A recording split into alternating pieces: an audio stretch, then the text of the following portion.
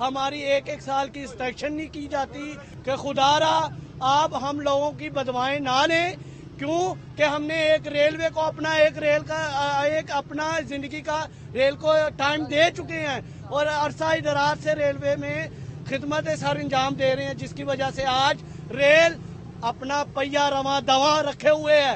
لیکن آج افسوس سے ہمیں کہنا جا رہا ہوں کہ ہمیں ریلوے منسٹر صاحب اور تمام جتنے بھی افسران بالا ہیں وہ مل کر ہمیں برطرفی کا جو ہے وہ ہمیں نوٹس جاری کر رہے ہیں۔ جی بالکل، آپ نے گفتگو سنی، یہ ریلوے ملازمین ہیں، ان کا کہنا ہے کہ جو ریلوے کے یہ ملازم ہیں واشنگ لائن میں جو کلینر ہیں اور مختلف کام کر رہے ہیں، انہیں جو ہے وہ اگر واشنگ لائن میں نہیں رکھنا تو کسی اور جگہ پر جو ہے وہ ایڈجسٹ کیا جائے، کیونکہ 15 سال سے انہوں نے اپنی ساری زندگی جو ہے وہ ریلوے کو دے دی ہے، مگر اب ریلوے کی جانب سے جو ہے وہ انہیں بغیر نوٹس دیے ملازمت سے نکالا جا رہا ہے۔ جی فہد امین آگاہ کر رہے تھے، شکریہ۔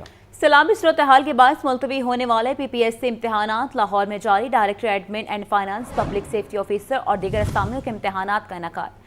سیکریٹری پی P S C Afzaal Ahmad اور ممبر ڈاکٹر عصمت طاہرہ کا امتحانی مرکز جوہر ٹاؤن کا دورہ۔ Director P P S C Muhammad Shabbir نے سیکیورٹی، مانیٹرنگ اور دیگر انتظامات بارے بریفنگ دی۔ مزید تفصیلات جان لیتے ہیں عاطف پرویز سے۔ عاطف، اپڈیٹ کیجیے گا، امتحانات کی شفافیت کو برقرار رکھنے کے لیے مانیٹرنگ کے حوالے سے کیا اقدامات اٹھائے گئے ہیں؟ جی بالکل، پنجاب پبلک سروس کمیشن نے جو کلاس سے متاثر امتحانات کے ان کے اوپر نیا شیڈول نافذ کیا تھا، اب امتحانات کا سلسلہ شروع ہو چکا ہے۔ Director admin and director legal تمام نے لاہور میں امتحانی مرکز کا دورہ کیا۔ امتحانی مرکز لاہور میں امتحانی سلسلہ مختلف محکموں کے شامل پر جاری ہے۔ Secretary P P S C Afzaal Ahmed, member doctor Ismat Tahira نے امتحانی مراکز کا دورہ کیا۔ Director P P S C Muhammad Shabbir کے انتظامات پر بریفنگ دی۔ Secretary P P S C Afzaal Ahmed نے سیکورٹی کے لیے نصب اور موبائل کا جائزہ لیا۔ سیکرٹری پی پی ایس سی نے امتحانات کے قائم کیے گئے کنٹرول روم کا بھی جو ہے دورہ کیا۔ Secretary Afzal Ahmed, member doctor Ismat Tahira نے امتحانات کی پر اطمینان کا اظہار کیا۔ بہترین اقدامات کرنے کے director P P S C Muhammad Shabbir کو جو ہے شاباش کی بھی امتحانات 2 مرتبہ سے آپ کی بات ملتوی کیے گئے تھے۔ اب پی پی ایس سی کے زیر تمام امتحانات کا سلسلہ جاری۔ بہت شکریہ عاطف آپ کا۔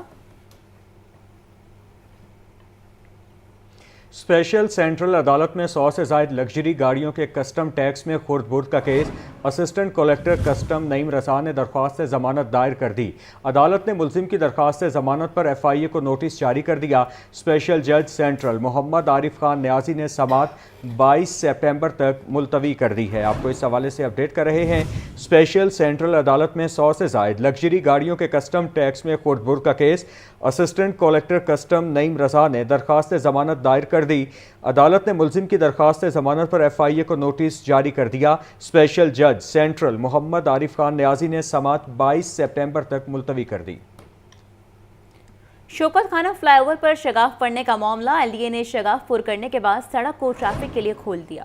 مزید تفصیلات جان لیتے ہیں زین العابدین سے۔ جی زین، اپڈیٹ کیجیے گا۔ 2 روز قبل شوکت خانم فلائی اوور کا جو ریمپ ہے وہاں پر شگاف پڑنے کا واقعہ رونما ہوا، جس کے بعد 2 دن تک جو شعبان فردوسی پر شوکت خانم فلائی اوور جزوی طور پر بند ہونے کی وجہ سے ٹریفک جام رہنے کا سلسلہ جاری رہا۔ اس وقت ایل ڈی اے اور واسا کی ٹیمیں یہ فلائی اوور میں شگاف پڑنے کے معاملے پر تحقیقات تو کر رہی ہیں، تاہم دوسری جانب یہ جو شگاف یہاں پر پڑا تھا اس کو اب عارضی طور پر بھر دیا گیا ہے۔ ایل ڈی اے نے شگاف کے حصے پر سڑک کی مرمت کا کام مکمل کرنے کے بعد اس کو ٹریفک کے لیے کھول دیا ہے۔ اس وقت شعبان فردوسی سے شعبان جناح جانے والی جو ٹریفک ہے اس کو فلائی اوور کے لیے مکمل طور پر کھول دیا گیا ہے، تاہم 2 امور ہیں جس کے اوپر اس وقت تحقیقات کی جا رہی ہیں، جس کی رپورٹ آنا باقی ہے۔ ایک تو یہ ابھی تک بات سامنے آئی ہے کہ شوکت خانہ فلائی اوور کے نیچے سے کسی طرح کی کوئی سیوریج لائن نہیں گزر رہی تھی، تو پھر اس میں کس طرح شگاف پڑا۔ دوسرا، اس معاملے کے اوپر بھی تحقیقات کی جا رہی ہیں کہ جب شوکت خانہ فلائی اوور کا ریمپ بنایا جا رہا تھا تو اس وقت اس میں اسٹیل اور کنکریٹ کا استعمال کتنا کیا، تاہم حتمی رپورٹ سامنے آنے کے بعد ہی سمر کا جو فیصلہ ہے وہ کیا جائے گا۔ لیکن عارضی طور پر اب جو شوکت خانہ فلائی اوور ہے اس کو ٹریفک کے لیے مکمل طور پر کھول دیا گیا ہے، شگاف کی مرمت کا کام کر دیا گیا ہے اور ٹریفک اس وقت خیابان فردوسی سے خیابان جناح کی جانب اس فلائی اوور کا استعمال کرتے ہوئے رواں دواں ہے۔ بہت شکریہ آپ کا۔